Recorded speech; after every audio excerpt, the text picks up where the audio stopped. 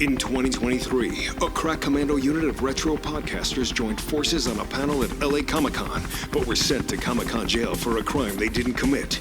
These men promptly escaped. Today, still wanted by 80s nerds, they are very easy to find. If you have an 80s nostalgia problem, if no one else can help, maybe you can hire the Night Boys.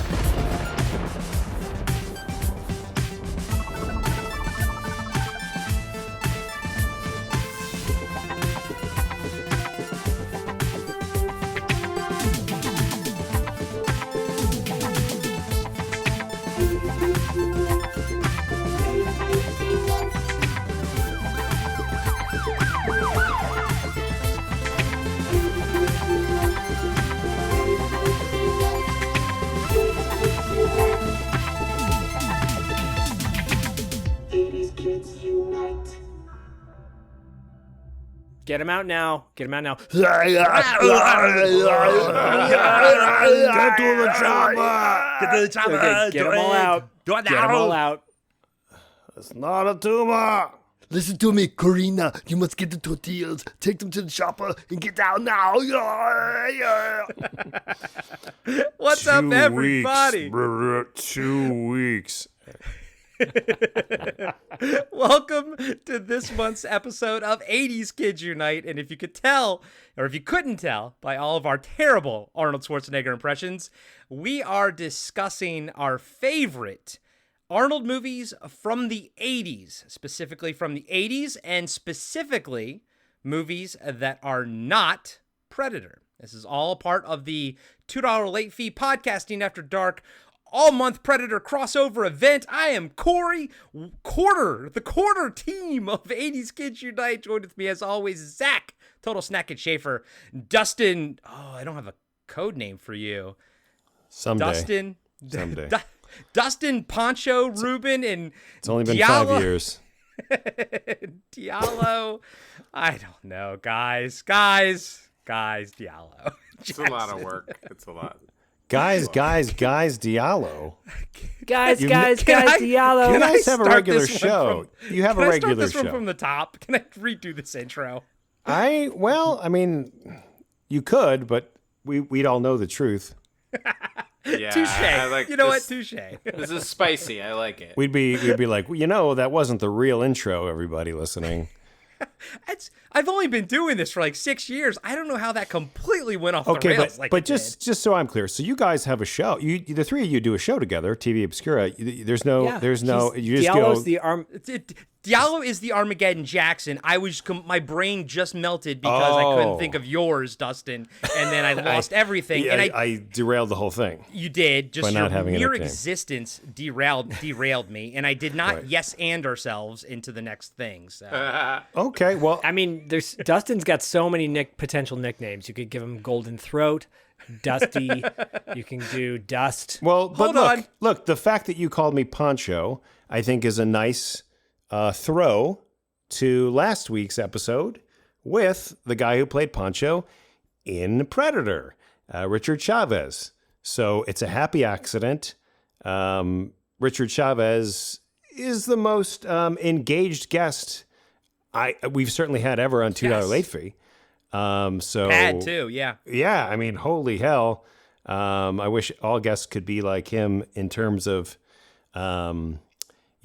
engagement and sharing on social media and telling the world. And so I'll take that Poncho nickname for today and wear it as a badge of honor.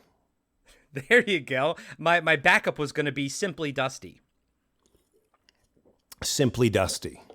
If anyone's a Just Friends fan out there, they will get the reference. Oh, yes. Oh, I thought you were trying to Dusty. because it's 80s Kids Unite. Why? I thought you were trying to go with Simply Red and True, that too. Yeah. That too. Wait, are you back on track now, Corey? Because I feel like you're still a little flustered by I'm a little flustered, Okay. but I think I'll settle down a little bit. okay, I'll get okay, some good. beers in me and I'll be okay. Yep. But you yeah, know what'll get you? You know what'll get you on track, Corey? Oh, there you go. So this Welcome is to the our- fun, Diallo. I have no idea what's happening right now. I don't think anyone does. You don't need to. fourth episode of the month, which started out with the Predator movie review and music discussion. Second episode was the Richard Chavez interview, which, like Dustin said, was amazing. And next episode after that was the Pad Watch List, where we discussed a few movies that were a part of the cast. And now we are doing our 80s Kids Unite tie into all of this. And, we're going to have some fun talking about some awesome Arnold movies from the 80s. But we have a lot to talk about tonight, so let's kick it off. And we're going to do these in release order. So, Diallo, you, my friend, are up first with your pick. My pick is a controversial one. Actually, I batted back and forth a little bit about what I wanted to do. But I kind of went with my heart and decided, you know what? The first time that I ever saw Conan the Destroyer, I really enjoyed it. And so that's going to be my pick for favorite Arnie 80s movie. I will back you up by saying that I love Conan the Destroyer. I love Conan the Barbarian. I also love Red Sonja, and I consider that as like the ending to the trilogy, because I know that Arnold Schwarzenegger was supposed to be Conan in Red Sonja, but they had like the rights issue. But back to the Destroyer, I mean, what the hell? Like, I don't understand the hate for this movie. First off, Olivia Diabo is amazing. She's a smoke show. You got Wilt Chamberlain. You got frickin' Goddess on Earth Grace Jones. You got Bob the Goon from Batman. You got Sarah Douglas in it. I mean, it's an all-star banger of a cast, and dare I say, it's a fun-ass movie. I love Conan the Destroyer. I grew up watching this movie. I probably watched Barbarian more in my late teens and my 20s and everything, but Destroyer and Red Sonja were massively in my rotation in the 80s when I was younger. Yeah, it's sort of like, I mean, I can kind of get why people are upset if you're really attached to the first one. And then you see the second one, I can see how, the vibe's like totally different. The first one is like kind of like, gritty, grounded, fantasy. And then the second one's like lighthearted and kind of breezy. So, I mean, I get it, but I mean, I saw both of them when I was a kid. So I didn't really have that like bar that like I hold things to now, where like if I saw a movie and it was serious and then they made a second one and it was like goofy and for kids in my adult life, I'd probably be a little bit more aggro about it. But I don't know, like how I am with Phantom Menace, Yes, it's so I mean I totally acknowledge that, but having said that, I still think like when I watch Conan the Destroyer, I actually think it's actually a more coherent story than Conan the Barbarian. And it's not to knock Conan the Barbarian, because I love Conan the Barbarian.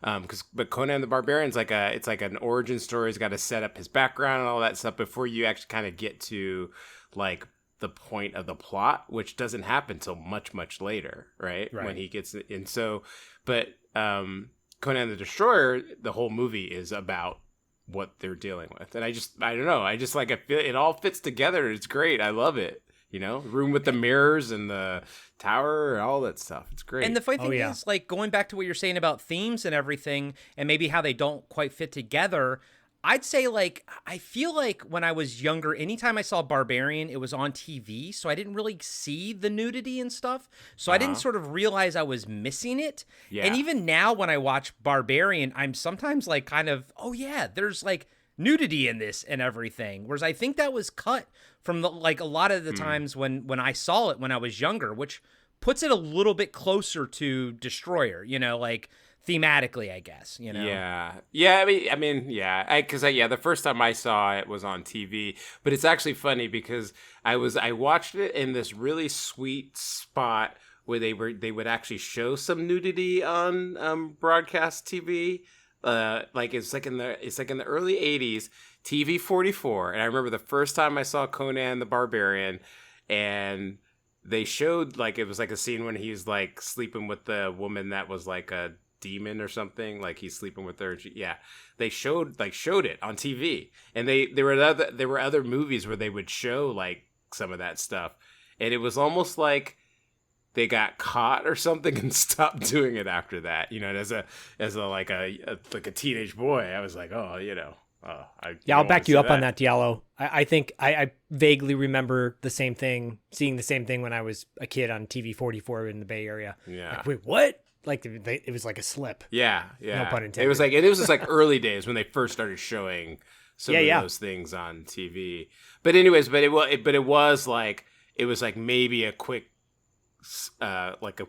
glimpse. So I didn't see the movie. Like when I saw Conan the Barbarian, I didn't see like in its full boob manifest glory, right? So my impression of it was different than like, you know, when I actually saw it later on DVD. I was like, oh wow, you know. So but anyways, I don't know. I just think it's a really fun story. I do kind of get why people get upset, which is why I kind of hesitated to even say it, because I know that there's like a, you know, people are like kind of dismissive and grumpy about it, but I don't know. I think it's fun. It works. Grace Jones with the little cat tail thingy that she had was always weird to me. It was funny, and yeah. I don't know. Good times. So before I give my thoughts about Conan the Destroyer, I want to roll back and just say when we were going through Schwarzenegger's filmography, specifically in the 80s. He made 10 movies in the 80s. He made 10 movies in the 90s where he was like a lead actor, which kind of surprises me. For some reason, I thought there would be more. But I think in today's day, when we just churn out movies super quick, back then we weren't doing that. And the first role he had was in the Jane Mansfield story. He played Mickey Hargitay. Yeah. So Mariska's father, I suppose. Yeah, dad. Anyways, yeah, so Conan the Destroyer was more impactful on me than Conan the Barbarian, simply because it was rated PG, so I could watch it. My dad had this, you know, my mom, no holds barred when it came to content, letting me watch whatever my brother chose at the video store. My dad, on the other hand, had to be PG or G when it came to picking movies at the video store. More appropriate if you think about it, but like I've said before, my dad was like the taskmaster versus my mom, who was like, you know, oh, everybody gets a say. So Conan the Destroyer was on TV all the time. It was rated PG. It had a lighter tone. And I liked all those things. You know, I was 8 years old at the time when 1984. So I think that's why I gravitated more towards it. And I loved the side characters. I loved Mako. He was great. And then Tracy Walter, who played Bob the Goon in Batman, who played Malak in this. I love that there's a line where he's like, "We must flee." Like, for some reason that always got stuck in my head when he's such a little wimp character, but he was so funny. And yes, Sarah Douglas, who I think a lot of people know from Superman Dose, and I believe Solar Babies. I think she was in Solar Babies, or one of those, you know, Prayer of the Roller Boy type movies. I think she was in that. I loved her in that. I kind of had a crush on her back in the day. And now I look at her and I'm like, man, she looks just like Giselle Maxine or whatever her name is. Ghislaine Maxwell. Ghislaine Maxwell. Okay. She looks just like her. But like the cast is insane with this movie. I think you guys both mentioned that. Freddie Mayne, who was in The Fearless Vampire Killers, which is one of my favorite vampire movies of all time. Directed by Roman Polanski. He's great in it too. And yeah, Olivia Diabo is she's like, of the two Diabo sisters, I always put her above Miriam. Olivia was also in Wonder Years, I believe. And wait, slow down. I'm like, wait, hold on. So she had a sister? Who's her sister? Yeah, Miriam Diabu. She was in The Living Daylights. Oh, I didn't know they were related. Okay. Sisters, yeah. Okay. I'm saying wait, slow down, because you're like, I believe she was in the Wonder Years. Like that wasn't her biggest. Like that wasn't how everyone in the world to me- knows her. But that's not Kevin's where I sister. remember first seeing her. Like I mean, Kevin's. I mean, come on. Kicking and It was screaming. this. It Noah was Baumbach. this though. It was this where I'm like, whoa, yeah. So I think when I saw her in the Wonder Years, I was like, oh, that's the girl from Conan the Destroyer. I believe Leonardo DiCaprio was in Titanic. I think. No, he's from Once Eating Gilbert Grape. So, yeah, I love this movie too, and it's also Schwarzenegger when he gets more kind of comedic, and I think, for the most part, he's has more appeal when it comes to his comedic roles. I think, like more of a comedic side when he plays, more of a lighthearted character. That's my thoughts. Conan the Destroyer. Dustin? I believe she's from the Wonder Years. Oh, come on.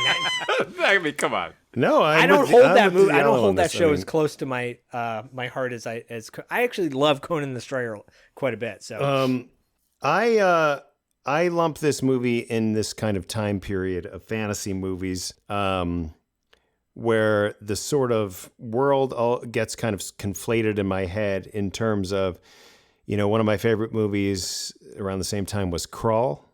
I don't know if you guys remember that movie. Oh, of course. yeah. With the weapon, of course. Coscarelli Factor fans will be familiar with the Beastmaster. And this is way superior than Beastmaster, by the way. well, Fuck Beastmaster. Dar needs About more 20 minutes. friends. I love By Yes. 20 Beastmaster. minutes. But also little ferrets. around the same time, which is like I've always those connected them in my head, which is Red Sonja. And the problem I have is like the fact that Red Sonja is kind of in the same world, but it's completely different characters. And that always threw me so much. So when it comes to this movie and Red Sonja, and you hold them side by side, I'm like, wait, Ernie Reyes Jr. No. He's in Red Sonja. Wait, Arnold is Conan. No, he's not Conan. He's some other guy who looks exactly like Conan, but a different guy who's But like, he was supposed to be Conan, though. but he was supposed to be, but not, but he's. No, he was always supposed to be 100% Conan.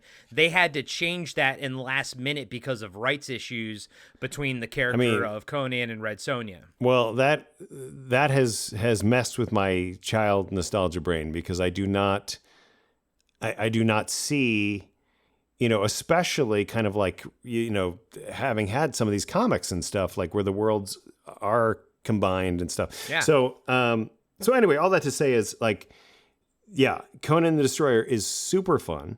I've always gotten a kick out of when iconic NBA players make appearances in 80s movies. And Wilt Chamberlain is like perfect for this because he's ginormous. But yeah, it has a light fantasy element that Conan. I always called him Conan, and then at some point it was one of these things where people were always saying Conan or maybe Conan O'Brien or something, and then I started saying that. But I've always used to say Conan. Conan the Barbarian. I guess maybe because I've seen that more in general, that those scenes kind of stick with me harder or something. But it is much darker. And when I always think of Conan, I always think of the quote unquote, the Wheel of Pain. Yeah. A little kid pushing a wheel of pain for years and years and years, so much so that his body develops. And I always thought, is that possible? Yeah. Well, not if you. Yeah, I had that in my classroom, Dustin. Not if they're That's not- what my kindergartners did. Well, if you're feeding them peanut butter and jelly and giving them nap time, then probably they probably. Yeah, it was But effective. like, coming off of like, the Barbarian and like having, freaking James Earl Jones, who just passed away today as Tulsa Doom, who was fantastic. but like the Destroyer cast does not feel lesser than the Barbarian cast. Like it almost feels bigger in a way, like it's more stacked than the Barbarian cast. But you know, like a lot of times the sequels can feel a little bit lesser. It almost feels like they ramp things up, but then they ramped down the violence and in the nudity and stuff like that. Not inferior, far superior. I mean, it's one of those cases, and we talked about this at least on like TV Obscura billions of times, where you know that first iteration of the thing came out, and even though it was rated R, it was definitely consumed by kids. Like 80s was so much like that. Yeah, and so when they were making a sequel, in this case, as opposed to some of the other movies, they actually did tone it down. I was reading something. I think that they initially had an R-rated cut, but they edited it down so that it was PG. And this is before there was PG-13 also. So, so they made this movie because that was kind of like the market, as opposed to, you know, when they had like Rambo, they made Rambo 2 and 3 and they still made it for, you know, that our audience, but then they had a cartoon instead. Right. You know, Right. So. Right. Yeah. I'm surprised they didn't have a cartoon for this. I mean, I know they did much later on. Yeah. But especially in the 80s, I think it wasn't until like the late 80s, early 90s when the Conan cartoon Yeah, I came think that out. cartoon's in the 90s, actually. Yeah. Yeah, I think it it's was. like a Fox cartoon also. Yeah, I think so. I do find it interesting too that this was only, you know, throw out the Jane Mansfield movie that doesn't necessarily count, but so Conan being his first movie he ever did in the 80s, and then his second movie was this one. So it's like, and then he did Terminator and then Red Sonja. So like he played almost three consecutive Barbarian roles in a row, you know, minus Terminator. And it's just, that's an interesting, I don't know. And Dustin, to sort of to your point, whenever I watch Red Sonja, I just think of Calidor as the same as like Aragon going as Strider sometimes. Like it's sort of like his, you know, his alias type of thing. That's a good, look at you with your nerd That's connection. a very nerdy explanation, which makes a lot of sense. Yeah. I love how all of you are like, fucking nerd. No, I love it. I think it's great. I also too want to point out that Wilt Chamberlain, there's a great photo. It's been circulated for decades of Wilt and Andre the Giant holding up Arnold Schwarzenegger in the middle. Yes. It's a wonderful picture taken from the set of the movie. And I just love that Andre was on set at one point. And I would have loved to seen that conversation between Wilt Chamberlain probably looked at Arnold and Andre while they were talking going, what the hell are these two guys talking about? Because it was like probably. It's Hey, a great Zach, photo. you keep saying that was Arnold's second movie, but you're forgetting the seminal classic Hercules in New York. Hercules in New York came out in the 70s, though. I'm saying in the 80s. In the 80s. Well, you were just saying that was his second movie, but it's like. Oh, sorry. He was in. That's the first. I meant time. second movie of the 80s. I'll clarify. Second movie, and he was also in Stay Hungry, which is a great like kind of romantic comedy with Jeff Bridges and Sally Field. And also The Villain, a movie that I really liked as a kid. Oh yeah, The Villain was good too. I'm just saying. Sorry, I'll clarify. In the 80s, yeah. 80s. Yeah. Yeah, no, I understand. 80s. I understand. And In the 80s. Diallo, thank you for bringing The Destroyer to the table because, like I said, I fucking love that movie as a kid. I have no hate for that film, so fuck anybody that does. That's what I say. And by the way, Corey, Schwarzenegger was in The Long Goodbye. Our boy Elliot Gould. I literally just saw that, bro. I was about to say that. Wow. I forgot that. I didn't know that. It's awesome, bro. It's fucking awesome. All right, well, going in chronological order, then that'll put my pick next. And I'm going with 1985's Commando. This was, and I was thinking like, you know, obviously I love Terminator and stuff. Obviously, we all love Predator. But I think a lot of times what you watch more as a kid is what you have access to. And this was this was taped off a TV, my buddy Luke's house. And he had this on VHS, so we could watch it all the time. You know, it's like one of his like 20 movies that he had, and I think I only had like a handful too that I taped off TV. So it was just kind of easy to watch this one, and it was always something we'd pop in the background. But it's a movie that I've seen a fucking million times. I know you guys all, have talked about it before with Patrick Kelly being in it and everything, Remember what? Hey, Sully, remember I said I'd kill you last? I lied. Iconic. I know, it's so cool. I love the way Arnold looks in it. I mean, like visually, I love his hairstyle. I just I like his body mass. I don't like bodybuilders that are like too big. He's just the right amount of lumpy for me. Keep going, Corey. I know, right? Keep digging your grave, Corey. But yeah, I watched this. Now so you're much opening as a up kid. to a whole new audience, is what you're doing. And Zach and Dustin, you guys just interviewed Radon Chong a couple months ago, so tie that in.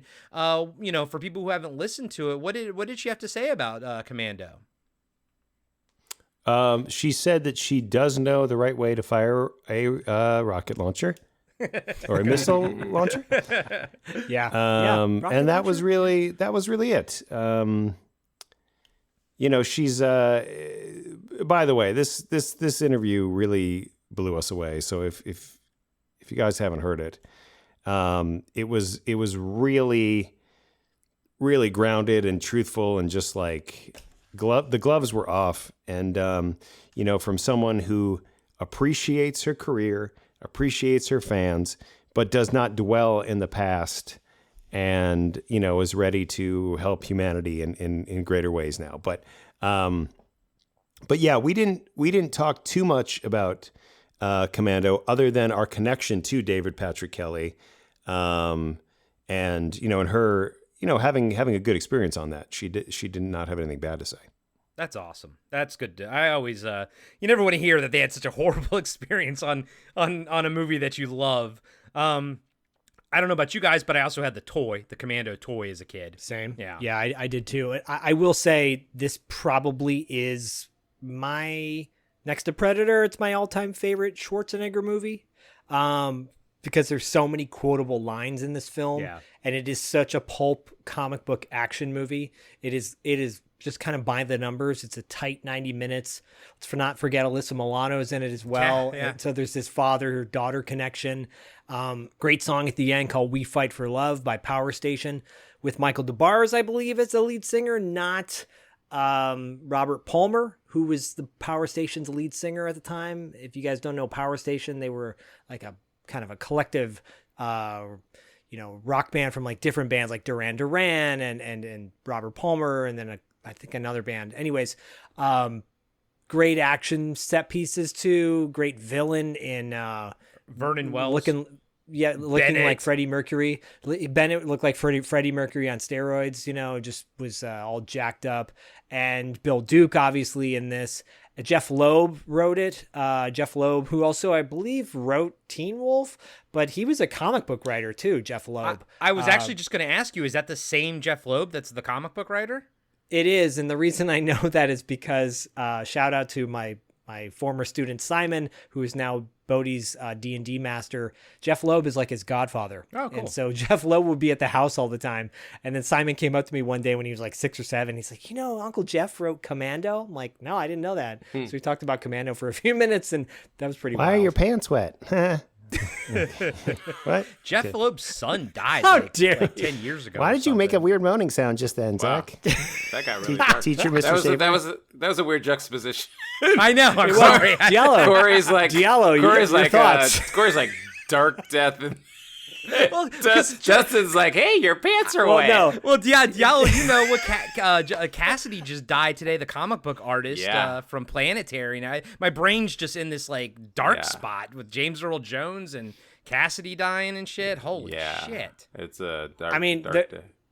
I will say too, it's been a minute since I've fully like watched this movie where I've like watched scene by scene, really focused in. But there are some funny gaffes in this film. I think there's like one moment where the Porsche that Sully is driving like flips over or something like that, and like the door at one point is like ripped off and then it's back on. And so I don't mind that though, because it just adds to the just zaniness of this movie. Yeah. Dustin, you didn't really sort of talk about Commando because you talked about the Radon Chong aspect of it. Yeah. Right. So I want to kind of piggyback on your thought, because you were saying that we kind of gravitate to the movies that we have access to, but for me, it's the movies that, like, when you're young, you don't really care about story. That's not really important. And Commando, it's all about the action. That's it, right? So it's just like, it's amazing kick-assery. Totally. It's like we've created this device. The daughter is kidnapped. The standard cliche thing, got to save the daughter. And then it's basically, 90 plus minutes of him just killing everyone. And in like spectacular ways, And there's a time frame to it too, which I love. I love a ticking clock aspect. Right. So you're kind of vaguely aware of that stuff as a kid, right? But like, for me, right, the things that stood out, escaping the airplane that's already in motion. That was like the coolest thing ever. I'm like, oh no, the door's shut. How's he going to get out? Right? Not a problem. Kills the dude, 11 hours, jumps out of the wheel. Like I love that so much. And that is one of the most memorable things ever for me. Nobody really talks about this. We talk about, Predator's credit sequence, but Commando's opening credit sequence is one of the funniest father-daughter montages. I don't know if you guys have seen this recently, but it's historically hilarious because it launches with him like, he's cutting these logs or whatever, and then in the reflection of his axe, he sees a presence coming, and of course it's tiny little Alyssa Milano, and she's like, "Daddy!" And then it like launches into them doing every possible activity one can do with a parent and child. Ice cream on the nose. It's. I mean, the joy that I get from this credit sequence is unprecedented. Is unbelievable. But also Commando really stands out to me because of the humor that Rae Dawn Chong really brings in this, because the whole idea that an off-duty flight attendant is just along for this man's murderous ride and kind of, and then kind of comes to not only side with him, but it seems like, there's no kiss at the end, but it's like, we're kind of in love. At least there's a certain friendship and a bond that one can only form with somebody when they've gone, on a 24-hour murder bender. And then just like tonally, it's like, just killing everybody.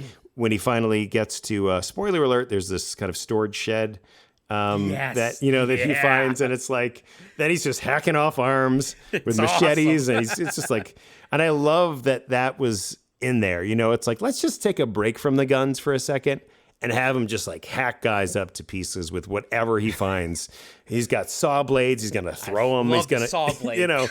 Saw blades and jugulars. And it's just it's really wonderful. But it's very much like a video game. It's kind of like Operation Wolf, really. It's like So there's that because all the enemies are wearing that drab like green attire.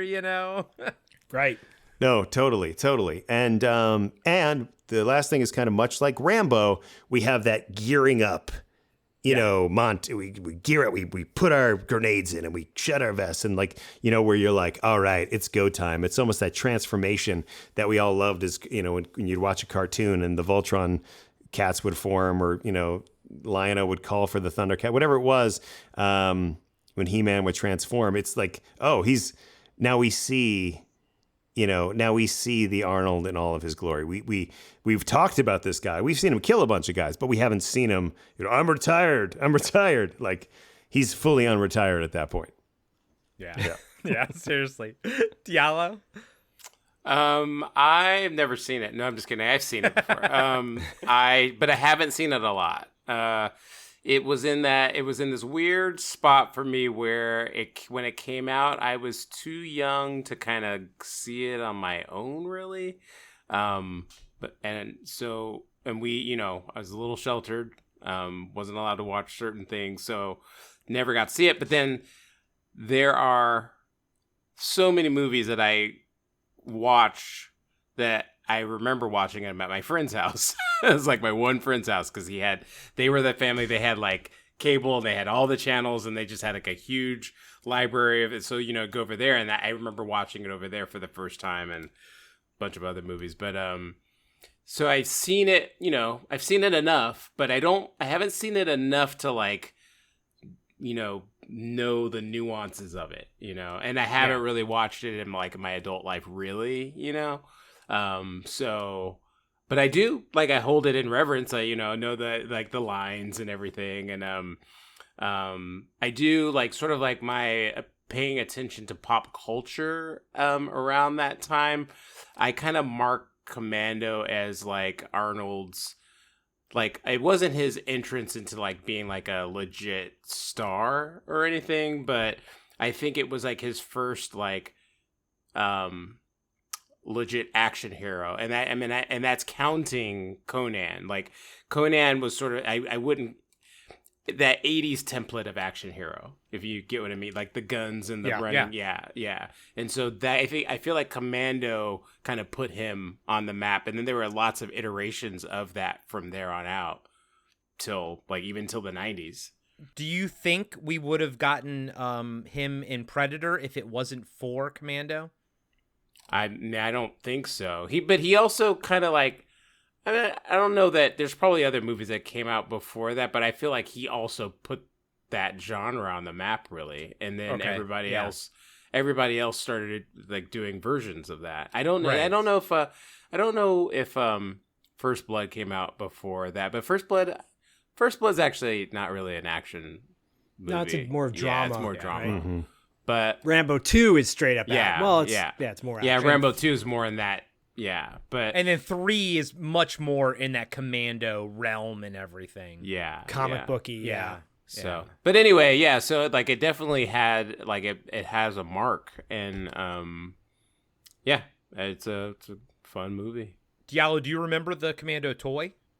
I don't remember the Commando toy at all. It wasn't quite as Zach. It wasn't quite as big as the old GI Joes. But no, actually, it's a really weird size because it's bigger than a He-Man figure. It's smaller than old GI Joe figure. Right.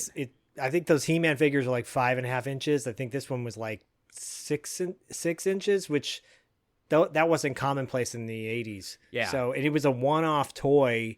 It was actually smaller than the Rambo figures that Coleco put out, I think, another year later. Slightly smaller, but it had like that He-Man body or the shape, and like cloth pants and jacket, and it came with a couple guns, I thought. And the knife could actually go into the sheath on sheath? On his vest and everything. That's legit. Yeah. So it was really cool. You can find them on eBay for actually pretty decent prices, but I and everything you guys are saying, it's echoes. I think hands down, it's one of my favorite all-time Schwarzenegger movies. Yeah, it's a fun one, and the villains are fun, and like we said, Bill Duke is in it as well, and we discussed him on the watch list. But I also always digged his character in Commando as well as Predator.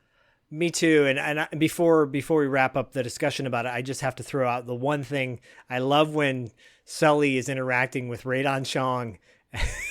And he's like coming on to her and he's like, get fucked. It's just so like, he's such a sleazebag.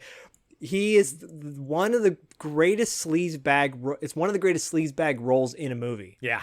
Oh yeah, it's great. Great death too. So totally sexually harassing her. And guys, one thing I wanted to mention that's just kind of important to our the universe of both Pad and $2 Late Fee is some notable cameos, including Bill Paxton, Branscombe Richmond, who's one of my favorites, and 2 years ago our crossover guest Chelsea Field as a flight attendant. Yep. Which, we did talk about sort of 2 years ago. But so we interviewed her for our Harley Davidson and Marlboro Man crossover, which in retrospect seems so weird that we did that. But I know, but also perfect as well. Yeah, for sure. Wasn't the other flight attendant Angela Bassett? Are there two? Or I didn't see Angela Bassett. She played a flight attendant in something else. in some 80s You get all movie, your she was flight a attendants mixed up. I do. when you're talking, I do yeah. because I know Halle Berry was an executive decision with Kurt Russell. the woman that Trump was married to or what at one point. Yeah, Like, Marla Maples? Marla Yeah, Maples. Yeah. Marla Maples. Yeah. Wow, that's weird. And yeah, but I remember. I'm gonna look it up because it's gonna bug me. She but was the anyways. stewardess in Kindergarten Cop. Okay, next 80s kids will be She what? favorite. Well, she was favorite She wa- stewardess, favorite 80s Right, there's flight your 80s. attendant. Yeah. No, Diallo. I think Diallo's right. I think she was the flight attendant in Kindergarten Cop. Yeah. Yes. Angela Bassett, right? Mhm. Yeah. Yeah. Okay, there you go. Cool. I'm not crazy. There you go. But Arnold was not on that plane, right? Yes. No, he was. That was the one where he snaps the pencil with the annoying kid sitting. in front of him. Oh, right. He's It's on their way to the Pacific Northwest. to the assignment. Yeah, that was they filmed it up in Astoria where they filmed Goonies and everything. Yeah. Goonies. Right. I think it's That's at the right. high school in Astoria is where they filmed Yeah. it. Yeah. Look at that. Yep. Dustin, what is your pick, my man? Okie dokie. Well, my pick is a movie that I have seen way too many times to count, and I wouldn't count anyway because that would be weird. Like, you know.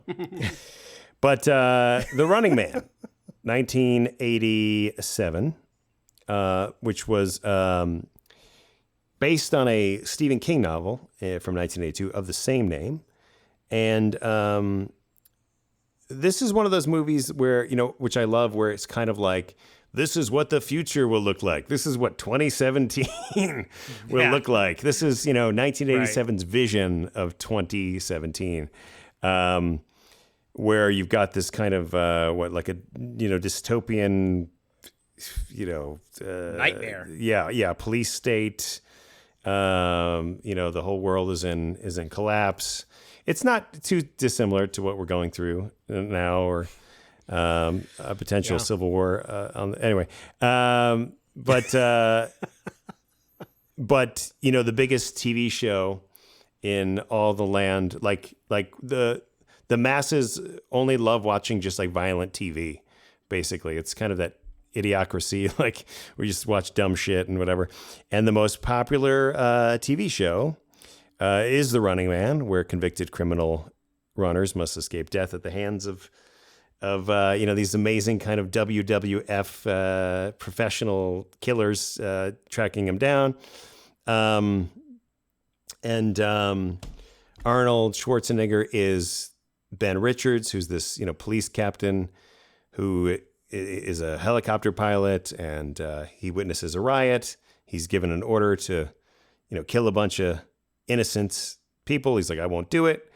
And, you know, his unit turns on him. He ultimately gets framed, and then, you know, is called the Butcher of Bakersfield, and has to be put on this show, you know, for. Dustin, is that supposed to be Bakersfield in California? It is. Oh, Probably. I never put that together until you literally just said the words Bakersfield. I was like, oh my God, that's supposed to be okay. Bakersfield, California. And then, you know, we're kind of given this amazing fun movie where Arnold is, you know, on the run trying to clear his name.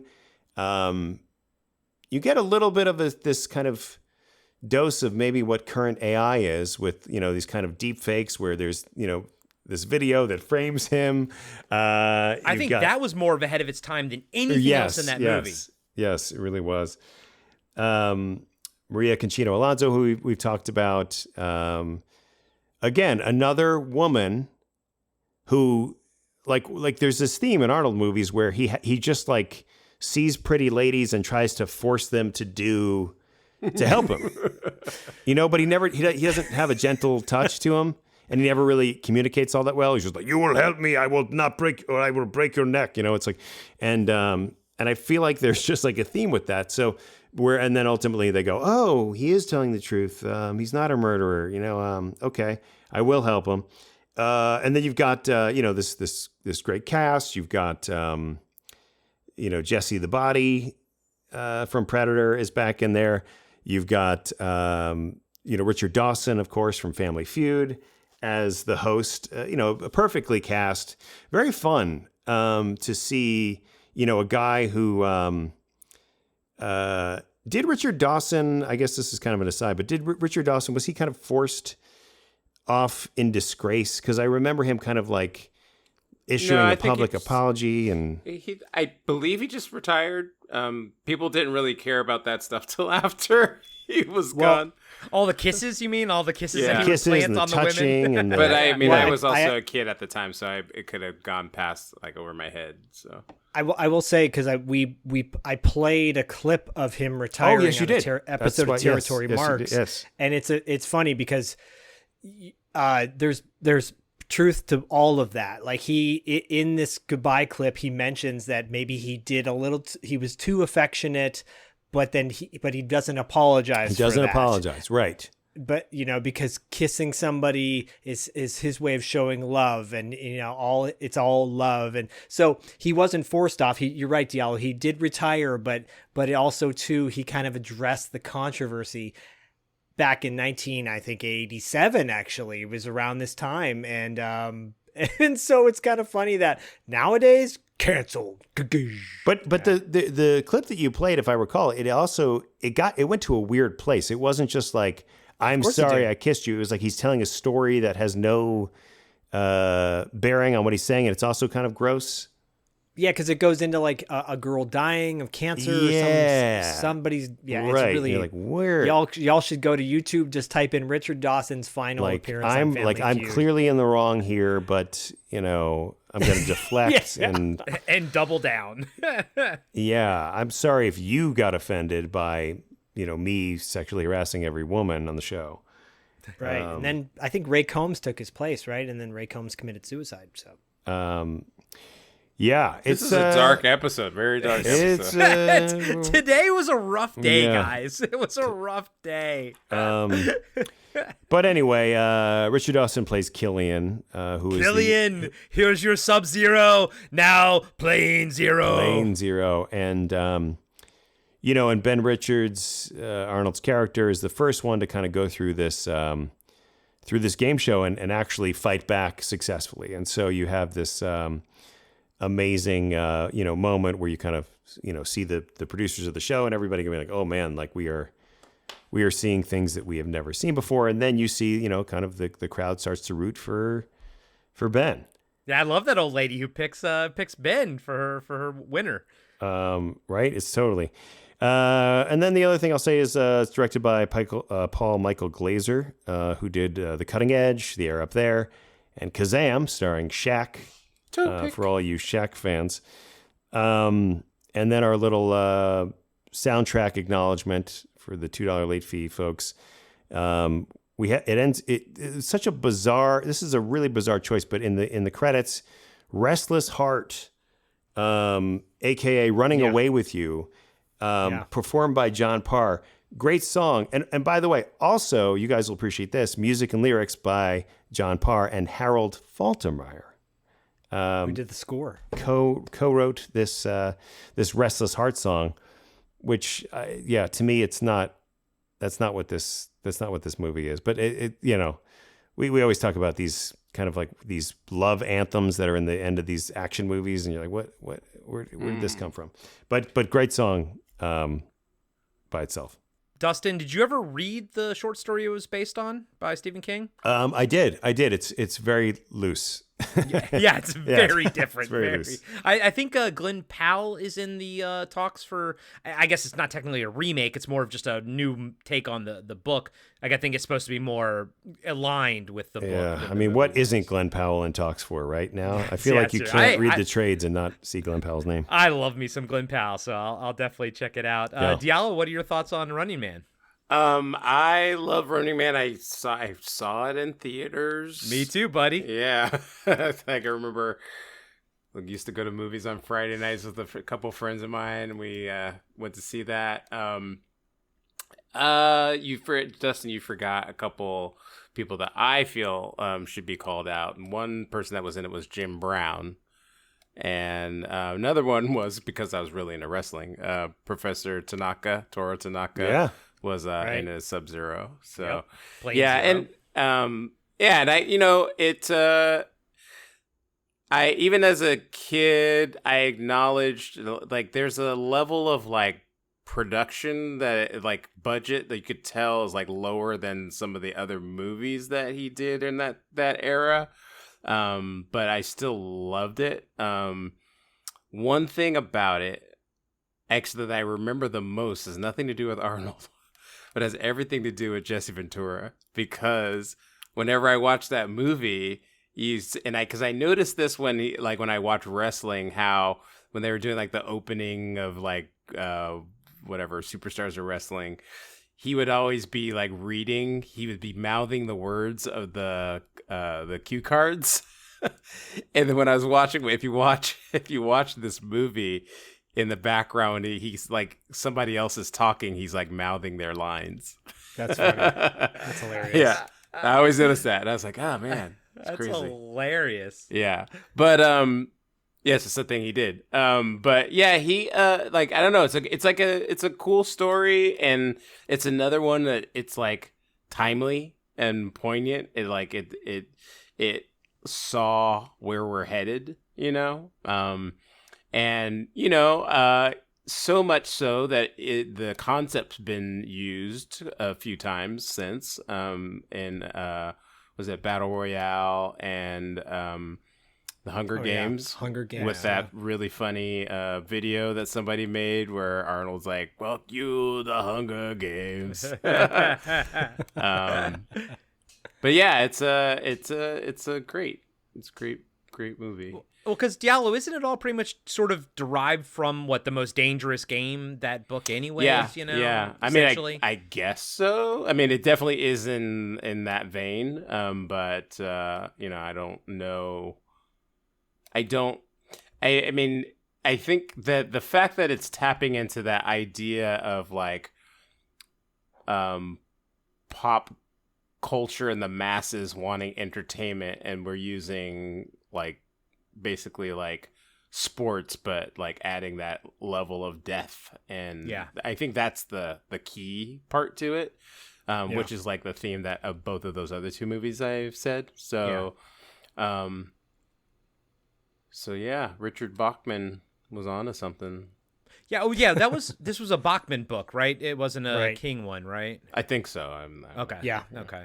And weird, Zach, a little connection to Best of the Best. I totally forgot that Edward Bunker, aka Mr. Blue from Reservoir Dogs, was also in this as well as Best of the Best. Yeah, Eddie Bunker, who is before Danny Trejo had his claim to fame of being an ex-con and making it big. Eddie Bunker was an ex-con for armed robbery, I believe. He wrote a book about it. I was going to ask, did you ever read his book? I own this book. I have it. It's called. That means did no. I read it? No, I did not read it, but I do own it. I own I that have book. I do own it, but I did not open read it. I mean, you read, so you know. I looked at the pictures. And I will echo what everyone says about this movie. I love this movie. Saw it in the theater as well with my mom. And Paul Michael Glaser, for those that don't know, he's also Starsky from Starsky and Hutch, which is amazing. Right. Successful career as an actor, and then went behind the camera. I think he was the first actor to go behind the camera for me that I was like, oh, isn't that guy an actor? Like, when I realized, oh, we could do more than just act. Again, Schwarzenegger is filled with an ensemble cast that really is, besides the colorful characters like Tanaka and Ventura, who are over-the-top wrestlers, you've got solid supporting actors. Richard Dawson, he was also in Hogan's Heroes for years, and he's an accomplished actor in his own right.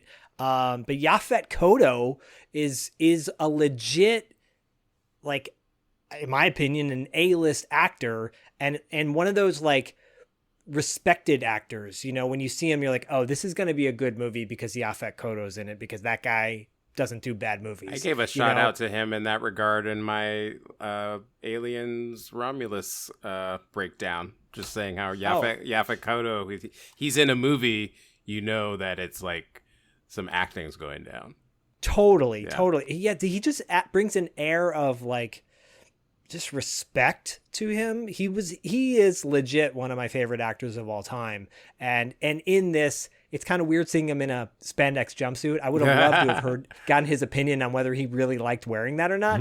But and then Maria Conchita Alonso, like she plays really like she's also in really good movies. Yeah, Predator 2. She's in really good movies like Predator 2.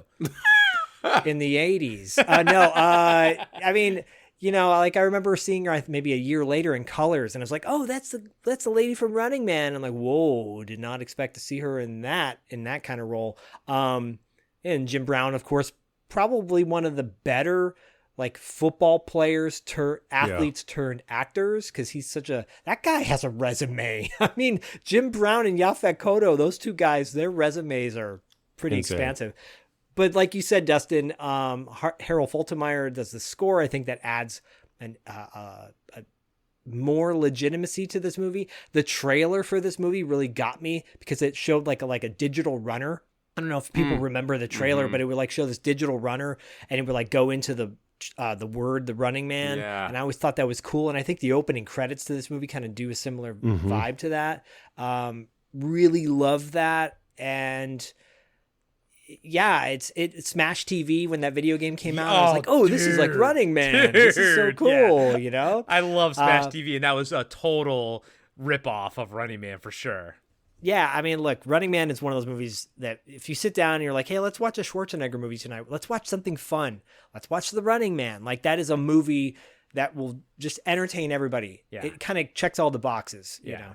I mean, I have very little more to add. I feel the same way you guys do. I fucking love this movie. I mean, I love every movie you're pretty much talking about. We just all had to choose one, and I felt like Commando was, more in my wheelhouse as a kid, but I watched this so much. A scene that I did always love as a kid is when that shitty little Kurt Fuller played that lawyer or whatever, and I love when he signs the contract He's great. on his back and then stabs him in the back with a pen. I loved that. As a kid, I saw it in the theater just like you guys did. At the prison breakout at the beginning where the guy's head exploded was fucking awesome. Buzzsaw getting sawed up his crotch. I mean, that is a dark way to die. Dynamo. I mean, all these cats were freaking awesome.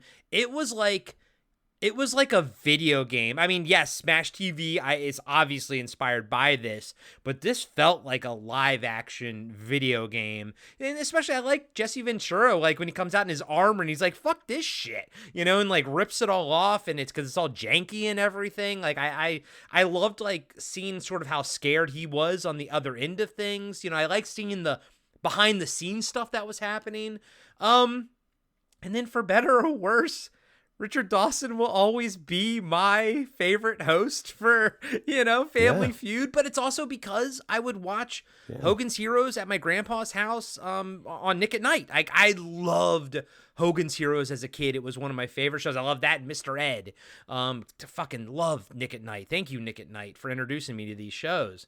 So to this day, man, I love Richard Dawson. I know he's canceled, but I still love him. Whatever. It was a different time. I know, exactly. Is he canceled? No, he's not. I don't think.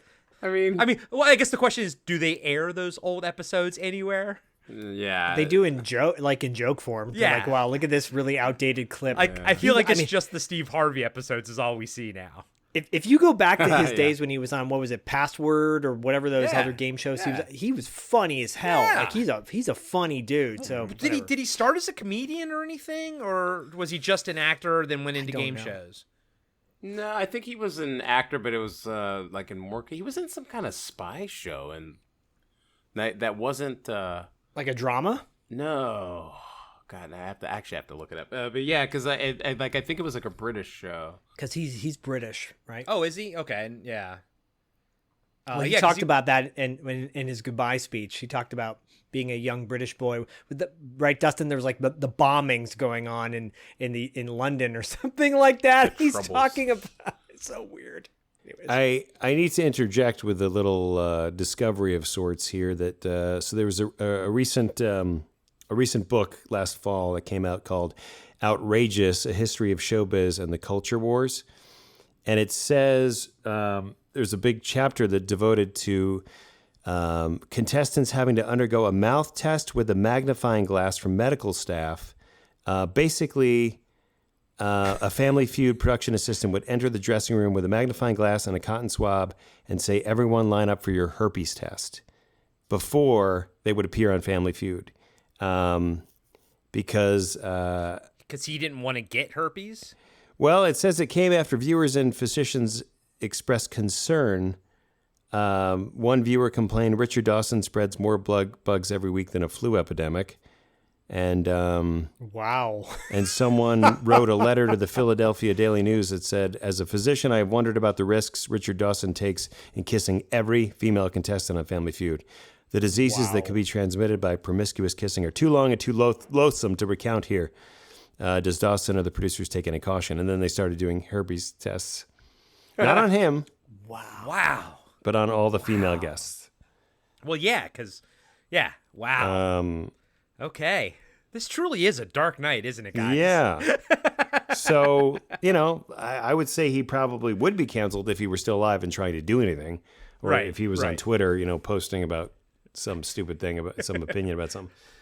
So who he wanted to kiss at the moment. Good Lord. Diallo, did you ever figure out what that show was? No, I was looking at some of his stuff. I might have just been making stuff up, but I could swear I've seen him, and maybe it was like a piece in a movie, but I just remember him being more kind of suave than in some role somewhere. And it could have just been his character in Hogan's Heroes, because he was thinking like a specific episode or something. Maybe he was undercover or something. Yeah. Oh, good old Hogan's Heroes. What was that movie with Greg Kinnear? Was based on the main guy who did Hogan's Heroes? Now that dude was a sex addict. Yeah. Yes, he was. He was all in stuff. Yeah, it was a good movie, by the way. I forgot what that was, but it was really good. I think it was like called Still Life or something like that. Something like that. Yeah, something. Anyways, Zach, what's your pick? Take us home, baby.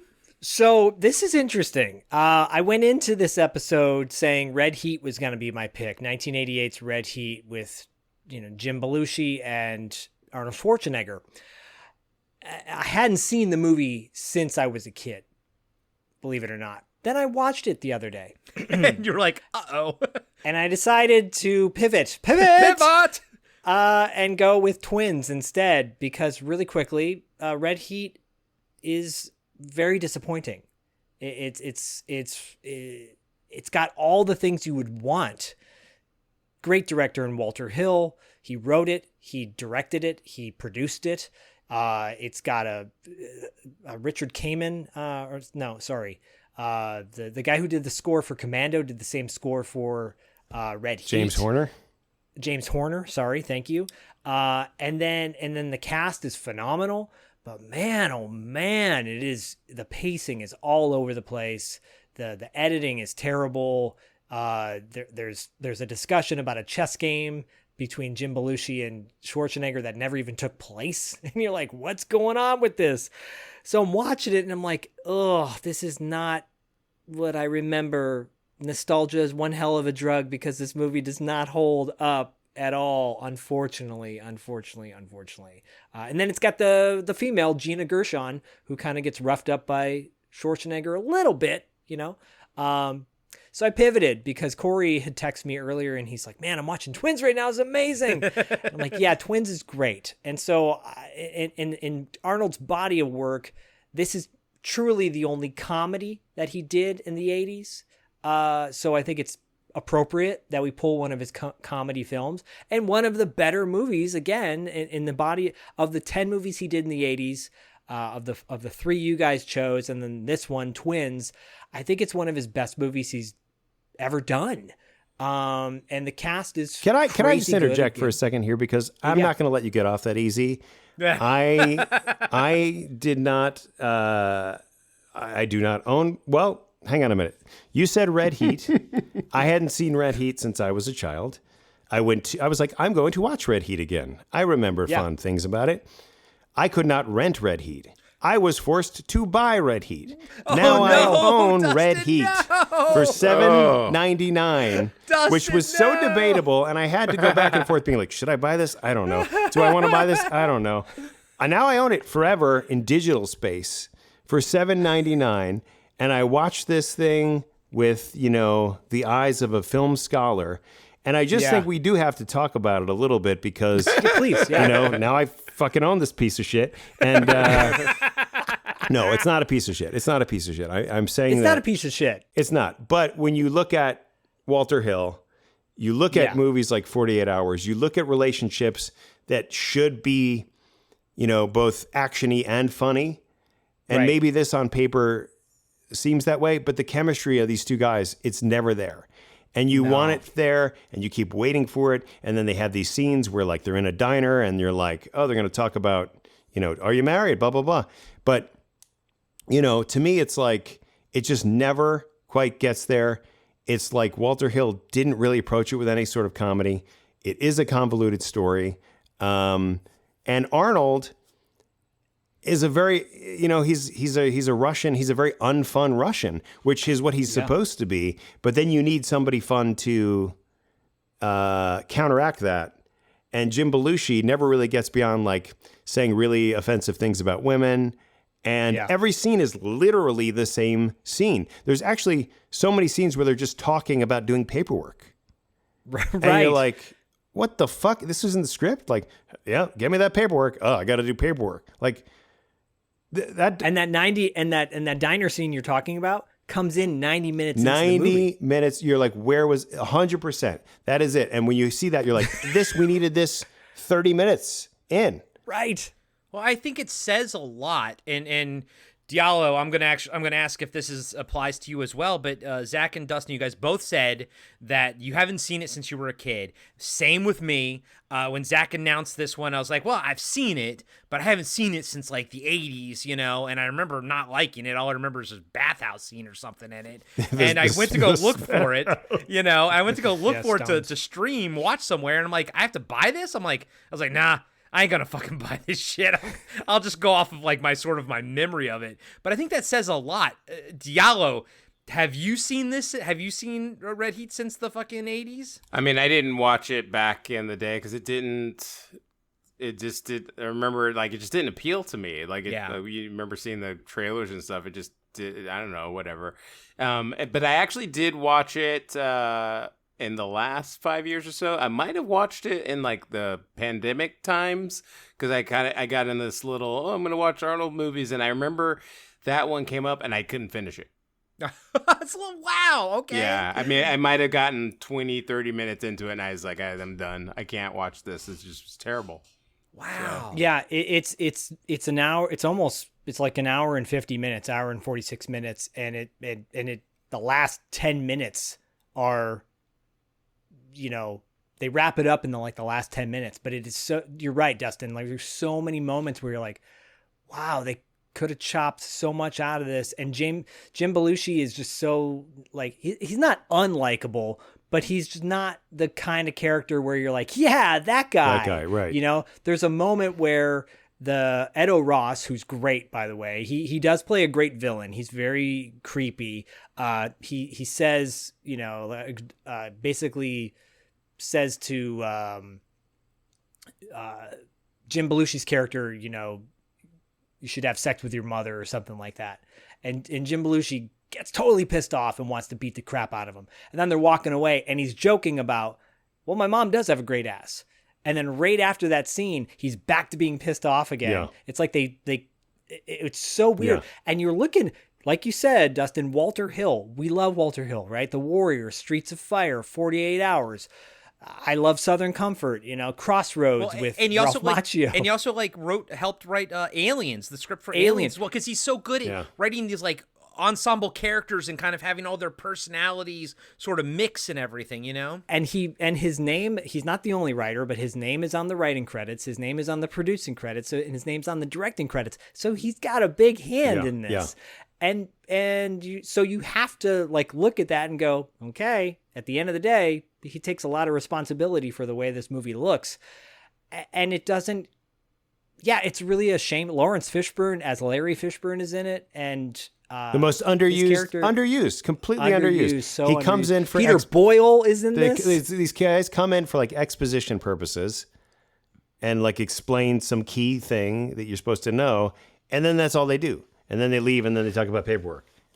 And then on top of that, one of the main characters, one of the main plot points to this film, Gina Gershon, her character is very integral to stuff that happens in this movie. She's killed off screen. Right. It's like an afterthought. It's so crazy. And you're like, what, that was a big deal. It's though, so crazy. Yeah. It's really wild. So I'm watching this now. And I think this actually, I'm glad we're talking about it a little deeper. Thank you, Dustin. And I apologize. The check for $7.99, take it out of our Patreon. Go to patreon.com/$2 late fee and patreon.com/podcasting after dark to give us money so we can buy these movies and then shit on them. And by the way, funny. I don't know who brought this up. Well, Corey, you're a patron, and so are you, Dustin. So collectively, we came up with this topic of 80s, Arnold Schwarzenegger 80s movies. That's why it tracks with this. But it's just, I think it's important because Arnold's movies, you know, oftentimes people are like, oh, Batman and Robin, did you see that movie? Oh, it's Sub-Zero, or not Sub-Zero, Ice, you know, Mr. Freeze, you know, like that's the iconic, or the Jingle All the Way, you know, is oh, that's a really bad Arnold Schwarzenegger comedy, you know, but he, in the 80s, he did have some clunkers as well. Raw Deal, which we didn't bring up, I think that movie falls into that flat category where you're just like, it's just kind of flat. Dude, in my head, Raw Deal and Red Heat were kind of like interchangeable, although I do think that the Raw Deal poster is kind of iconic looking at this. Well, at least it's like video store iconic, you know? But in my head, I saw them both, but I saw them both only like once and in the 80s, and they were kind of like interchangeable in my head. Wasn't Raw Deal was a little closer to Commando vibes, though, wasn't it? Like in the end? Yeah, there's like a mafia vibe to that, and he's in the mafia or something like that. But this one, also the flaw with this is you don't care about like his motivation. His character in Red Heat has motivation to catch this main bad guy because he killed his partner, but the relationship he has with his partner is not fully developed. They take maybe 2 minutes of a movie that's close to 2 hours long. They don't really do any character development, so you never really care for anybody. Even Jim Belushi's character partner gets killed, and you feel for that guy in some respect, but at the same time too, you're like, but I never got past the fact that he just talks too much, because he does. His character talks way too much. Yeah, that's it. It's like revenge isn't even the thing. You know, like the same guy kills both of their partners, and they're just kind of like, all right, well, paperwork. And Dustin, to tag on to that, and I'm sorry I'm interrupting you, but the relationship that Jim Belushi and Schwarzenegger form in the last 10 minutes of the movie gets thrown out because Schwarzenegger's going to kill Jim Belushi. He basically... Right. It's like, I'll put a bullet through Jim Belushi so I can get the guy I want to get. And at the end, Jim Belushi's like, you know, he pointed the gun at me. I thought you were going to pull the trigger. Movie's over. You know, like there was never, it's just such a weird way of, it's such a shame because Jim Belushi just came off of The Principal, right? The year before. And you're like, this guy in Real Men, which we love with John Ritter. John Ritter, yeah. And you're like, you got a guy who clearly can act and is clearly funny, but and Schwarzenegger, look at the movies we just talked about, all came out before Red Heat. And you're like, but he's so wooden, you know? And there's a running gag of calling him Gumby through this whole thing. And you're like, Gumby was cool, but he's also never wearing green. You know, it doesn't, that to me too. But it's a missed opportunity. The bottom line is it's a missed opportunity because you could have the Russian guy that is so, you know, put together and buttoned up and humorless, you know, being taught American customs or something. You know, if he even gave him that classic 80s cliche of like, here's a cool 80s phrase you can say, you know, or here's a cool American phrase you can do, and then he can, you know, blow the guy away and say that phrase at the end or something, Must you know. be done, Yeah, but they do the fish out of water thing so much better in Twins though. With him, you know, with Arnold Schwarzenegger's character looking for his brother and everything, they do the fish out of water thing great there. Can you tell us a little bit about Twins, Zach? Well, I mean, look, just to button up on Red Heat, he's got a parakeet that we never see. That probably is dead, right, Dustin? Because he didn't feed it on Right. time. So, and it's back in Russia. Right. So, but yeah, and then so we book it. So I watch Red Heat and I'm like, oh man, what did I do? What did I do? Because the same year Twins came You were out. excited about it. You were excited about Red Heat. I was very excited. "I own and it." then I watched it. I'm excited. Yeah, I was so excited to watch Yeah. it. And then I did. And I'm like, can I pick Twins? Arnold What never have I seems done? fish out of water, What Corey. That's the have thing. I He never done? he just lands from Russia and he's like, I will go there. I will go here. I will go here. Give me keys to a car. Like he just, yeah. Right. He's not confused And by then anything. No, he's not. And, Drives a and- bus. Yeah. And then the flip side is for a character like in Twins where he's just like he's so innocent. And Yeah. it's a total departure from super wooden to now super comedic. Yeah. Right? Ivan Reitman directed Twins. It's got Danny DeVito in it, Kelly Preston, Chloe Webb, like I look at her and I know she's been in quite a few things, but I'm like, man, she should be in more stuff because she's so good. Uncredited Heather Graham plays the mom. Yeah. To David Caruso's in it. David Caruso's in it. I mean, you got fucking Quado, like the human version of Quado is in it, dude. yeah, Marshall Bell, who we talked about on G versus E on TV Obscura. How we love Marshall Bell. Love that guy. I think he's And also, one person I love is Maury Chaykin. I always like that dude.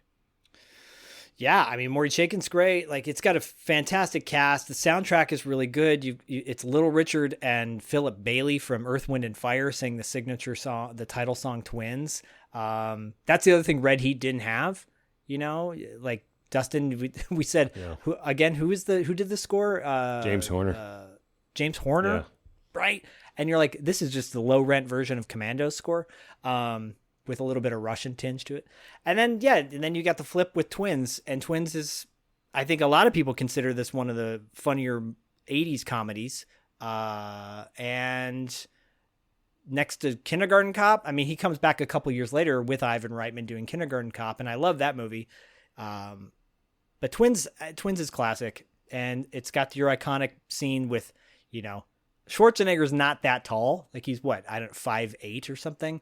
But next to Danny DeVito, Is he that towers little? over him. No, I think he's that- No, he's gotta be like 6'2". At his peak when he was older, he was like 6'1". He's that tall? He was. He's shrunk since because He's at least old 6 feet man tall. now, I mean, but- he's not. But yeah, 5'8". he was about 6'1". Yeah. Okay. Yeah. Okay. Yeah. No, then, but, maybe I was confusing him with all the other actors who are tiny. So, but yeah, Twins is great. And I want to turn it over to Corey because is this your first time seeing Twins? Yeah, it was. Because I was thinking back, I didn't watch a lot of comedies back when I was a kid. And I also think it's another thing, part of this whole ongoing discussion. I don't think my dad rented a lot of comedies, so that's why I don't think I watched a lot of them. So this one, I missed it. But obviously, I've always known about it. I mean, I liked Danny DeVito. I watched Taxi when I was a kid and stuff like that, but I just never went out of my way to watch this. So I was like, well, this is a perfect excuse to check it out because it was actually going to be Paul's pick. And I was delighted the entire movie. And I was talking to my wife after I watched it because she'd seen it like plenty of times. She was like, oh, fucking love Twins. Great movie. She's like, what'd you like about it? And I was like, you know what I love the most about it? It seemed like Arnold Schwarzenegger, the actor, was having such a good time making the movie. Like he seemed... I know Arnold Schwarzenegger, the actor, is a happy person, I'm sure, in life. But, I've seen Commando so many times, Running Man so many times, Predator. He's always, quiet and reserved, or I'm about to kill somebody or do something. To see him, like, laughing and having a good time, I'm like, I love this. I love this. I think it's awesome. Marshall Bell as the bad guy is great in it. Love him as Quado in Total Recall. Bert, that's your shout out, my friend. But of course, Hey, Bert. I loved him in Starship Troopers as well. He had a great death in Starship Troopers. Oh, yeah. Yeah, he fucking got killed by the hopper bug that got shot. He was like General Owens or something. But yeah, this was great. I loved it. Never really realized it was an Ivan Reitman film, to be honest with you. It kind of actually didn't click to me until I saw Jason Reitman in the movie when Arnold goes to that house in Beverly Hills and meets one of his dads. I was like, oh, that's fucking Jason Reitman. Because it's around the same time that, Ghostbusters 2 comes out. Yeah, this is great. What a great fucking movie. Twins is so much fun. And it's like a joyful kind of fun, even though it has some dark moments where like Marshall Bell is like, he's a hitman, he's killing people. Although they tone it down. You don't really see things, but you know that he is shooting people. But yeah, it's fun from beginning to end. I loved it. I'm glad we're actually getting a chance to talk about it too. Diallo, what's your thoughts on Twins? I really have never seen it. Okay. Yeah, Like dude, just legit. like me, man. Up until today, just like me. But I do have things to talk about with it. I was insert Apone, be my guest. Be my guest. So I, always very plugged into like pop culture. Used to watch like Entertainment Tonight a lot, Yeah, same. like religiously. Yep. And I just, it's something that I always remembered about that movie. So I never saw it when it came out, but I remember them talking about how Arnold Schwarzenegger up to that point obviously he was a star and a personality, but he wasn't like, I think what we would call an A-lister just yet. And they made this movie was sort of like a vehicle to put him in that category by having him do something outside of those action movies and then pairing him with somebody that was actually an actor. And it's a strategy that they ended up trying to do again with Steven Seagal in Under Siege with what's his name? Tommy Lee Jones. Yeah. Not Gary Busey. Yeah, not Gary Busey. Well, Gary Busey at the time actually was pretty good. And then, fast forward to today, I think they were trying to do that with The Rock. And I don't know that The Rock. Hey, the rundown was great, bro. Yeah, The Rock. I mean, it took a long time for The Rock but it's like, you see what I'm saying? But it's like, I remember that about that movie. I remember them talking about that with that movie at the time when it came out. And then my only other experience with it is I have a friend that used to, it's like it might have been like a year after it came out. I was like in college, and he used to say, "Tonight is your night, bro." He would just start saying, start saying it over and over and over. He would say it over and over, just out of nowhere. That song. And I've never seen the movie, but I know that that's from Twins, and I've seen the clip where he says it. But yeah, and that's my experience with Twins. So maybe I should watch it. I don't know. Well, Diallo, as someone who just saw it for the first time in 2024, I'd say it's worth your time, man. It's a fun movie. Diallo, you're gonna like the theme song by Little Richard and Philip Bailey. It's pretty fire. It's pretty good. I'm surprised I'm surprised I haven't never heard it. I'm surprised you. Yeah, this is like a karaoke ditty right here. Twins? It was called Twins? Twins, yeah. I don't know. Dustin, what are your thoughts on Twins, buddy? I love Twins. I saw it in the theater, possibly multiple times. Was this another birthday movie? I don't think this was a birthday movie, but it was. I don't know if we know offhand when this came out, but like if it was like a summer movie, then I don't know. I feel like it was a summer movie. Well, I'm going to check on that. Yeah, I think it was the beginning of the year before fall. But it's oh no, December movie. Came out in December. Oh, okay, so that would make sense because like close to Christmas, consider a Christmas movie. Yep, December 9. Okay, 9. yeah. So what would happen is a group of close family friends, we would always go to the movies in December. Right. Could have been the movie we saw on Christmas Day. That is possible. Because it's family friendly. And when you have all ages and sizes, it appeals to everybody. But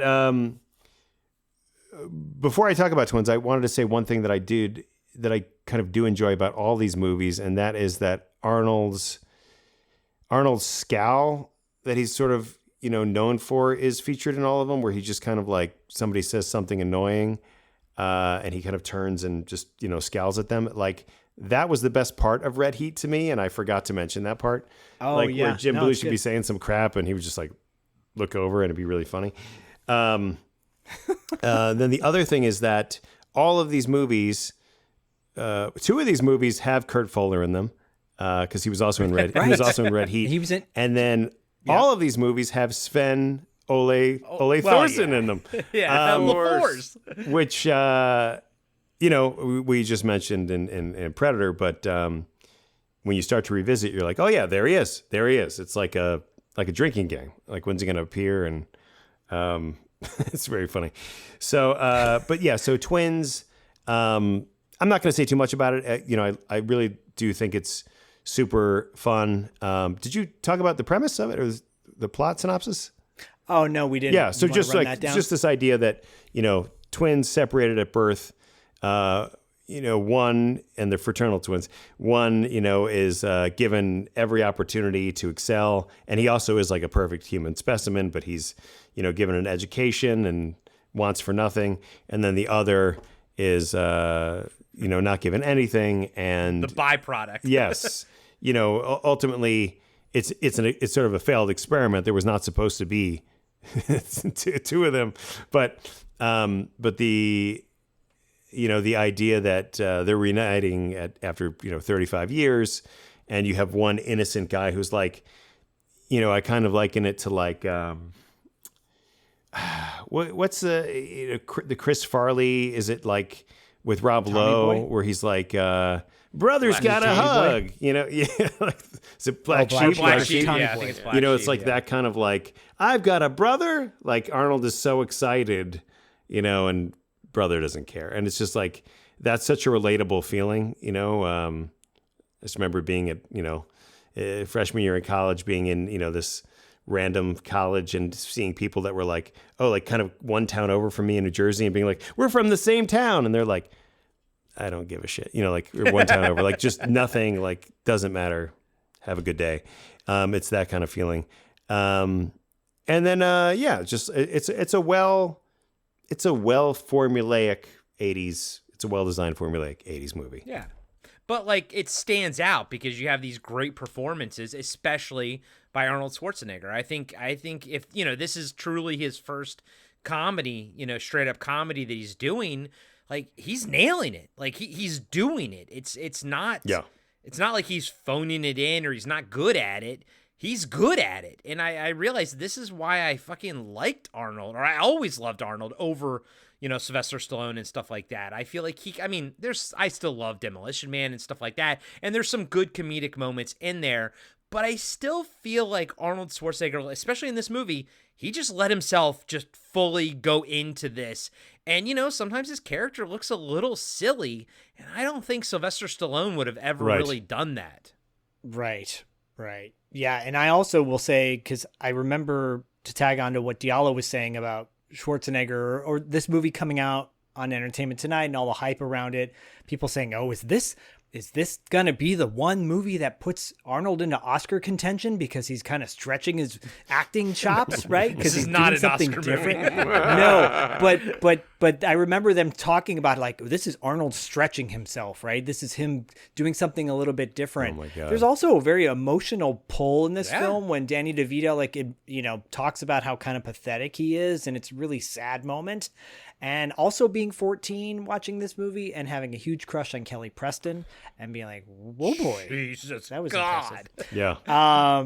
Also, too, the fact that two of my favorite places in the United States, Taos, New Mexico, and Santa Monica, California, are both filming locations for this movie. And I just thought that was kind of cool. I was like, oh, they shot this in Taos? That's awesome. I'm glad that you live in one of the two, and it's of your favorite locations, and it's not Taos, New Mexico. No, I love Taos, but love Santa Monica more. Yeah. I think we, Twins awesome, and I'm glad I finally had a chance to watch it. I know we're going a little bit long, but I'm going to be editing this, so who cares? I'll ask this question, and I think I'm going to ask it on behalf of a lot of the listeners, but none of us picked Terminator. I think it's something we should probably just sort of address. And for me, I'll just say that I never think of that as an Arnold movie. I think of that as like sort of ensemble, a sci-fi action film. But you think you also got to figure Arnold is like not in the last third of the movie. It's just, the endoskeleton and everything. So I think he's great in it. I think he does a good job as playing this robot and everything. And I think like he does more of a spectacular job in Terminator 2. But Terminator, I watched it so much as a kid, but I don't say that that's like an Arnold Schwarzenegger movie to me.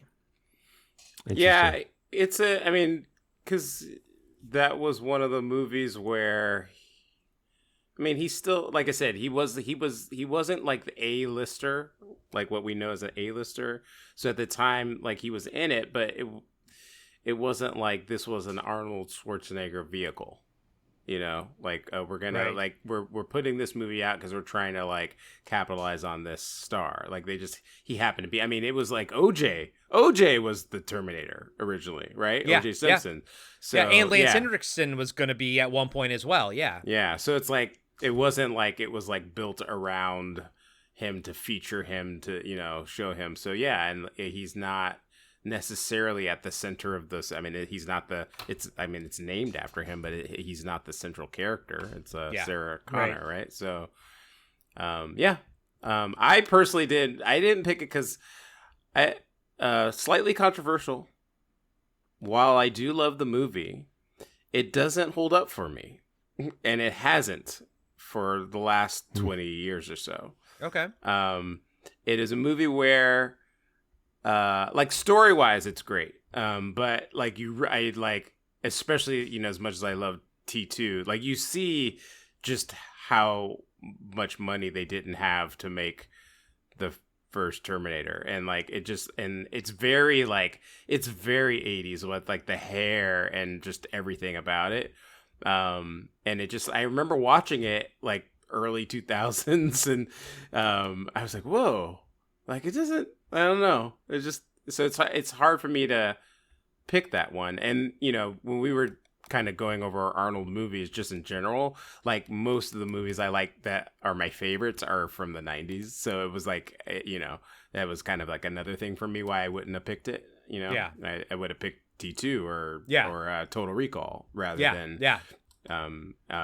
Terminator, the first one. So anyway, those are my thoughts. I still love Terminator. I'm not saying I don't. I'm not saying but it's just sort of like it just kind of because for me when I think about Terminator, I think about I loved all the future scenes that they had, and that's my only real complaint about T2 is we only got the like one future scene, but in T1 I loved all the future scenes that we got, and then I immediately think of the John, Linda Hamilton sex scene. That's where my brain goes to. But but Dustin, you didn't pick Terminator either, and Zach, but Dustin, throw your hat into the ring on this one. Yeah, I do think of this as an Arnold movie, and in fact, probably his most iconic movie. In my mind of all time, but it's really for that reason that I am not really compelled to talk about it because we've certainly, danced in it on $2 late fee. We talked to Brad Fiedel about the score a little bit. We interviewed Brian Thompson, who was, killed by Arnold. So we've always talked about those things. I've never talked about The Running Man. That just interests me more. Yeah. Yeah. That's it. I love the Terminator.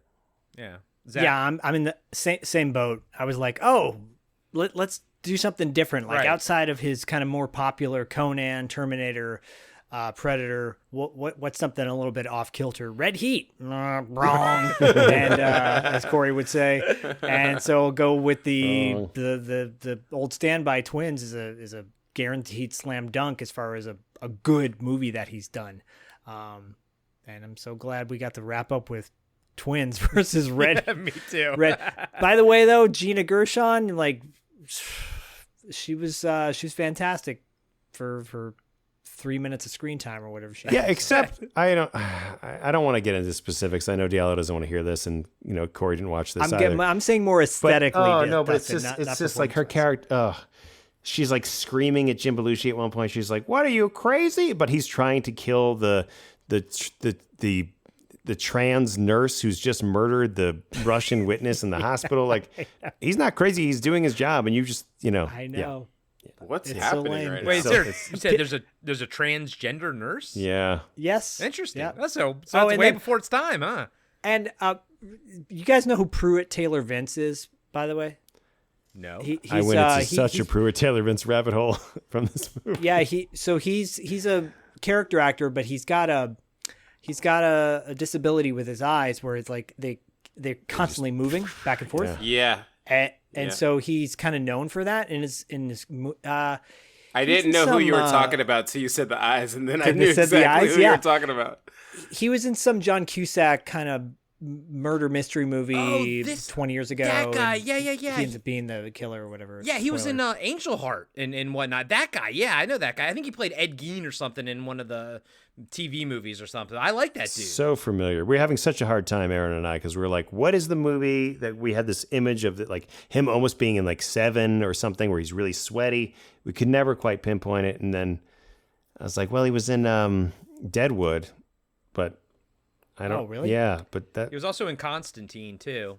Yeah, he's gone on camera to talk about his eyes and how but I got to say this too in regards to Red Heat, because I know Dustin. So at the end of the movie, when the credits roll, Schwarzenegger salutes the camera and it says dedicated to Bobby Benny Dobbins.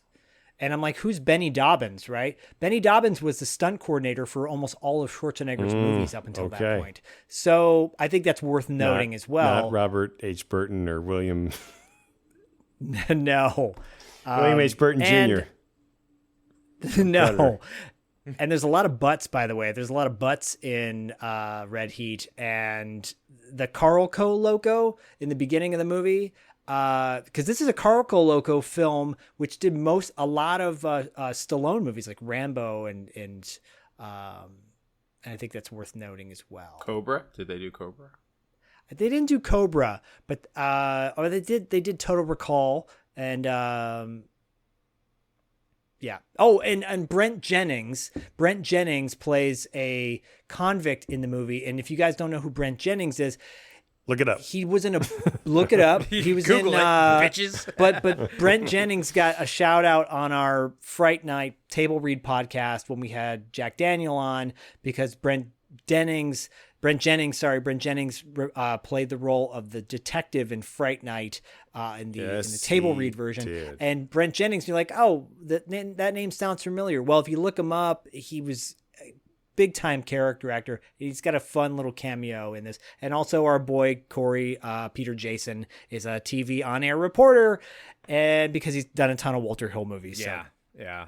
I guess we are wrapping up with Red Heat. Sorry, guys. Oh God, going out on a low note. James Earl Jones passed away today, guys. But this was a great episode of 80s Kids Unite. I love talking movies with you guys. Arnold movies, doesn't matter. Love talking all of this shit. Love talking 80s shit with all of you guys.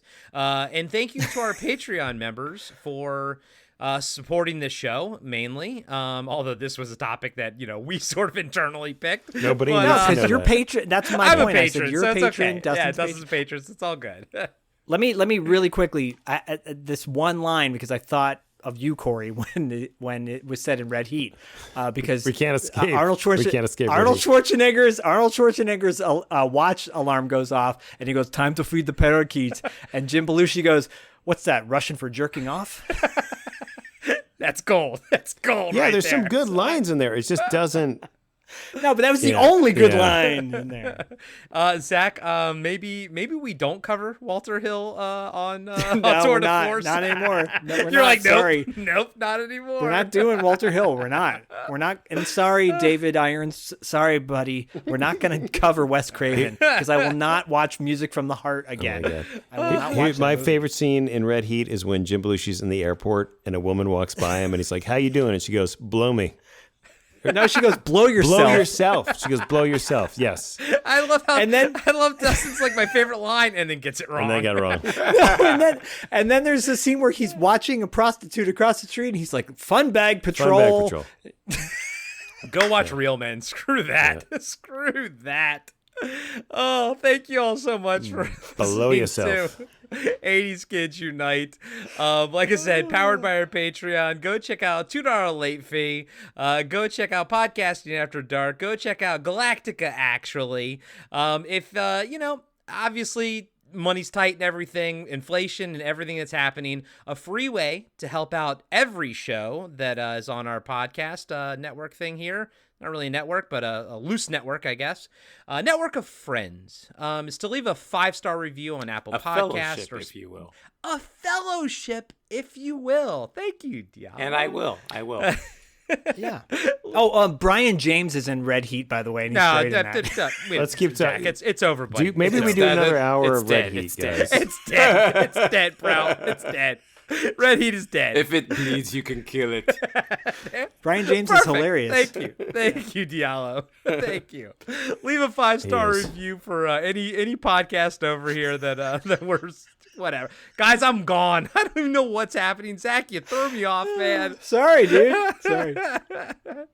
Oh shit. Okay, 80s Kids Unite. Love you guys. Hope you have a great night. And we have one more episode this month for the Predator crossover, and that is with Territory Marks, and that'll be dropping next week. So hope you check it out. Hope everyone loved all of these episodes, and Predator fucking rules. At this point, we can all admit Predator fucking rules. So Yeah, Corey's got to go feed the parakeet. So there you go.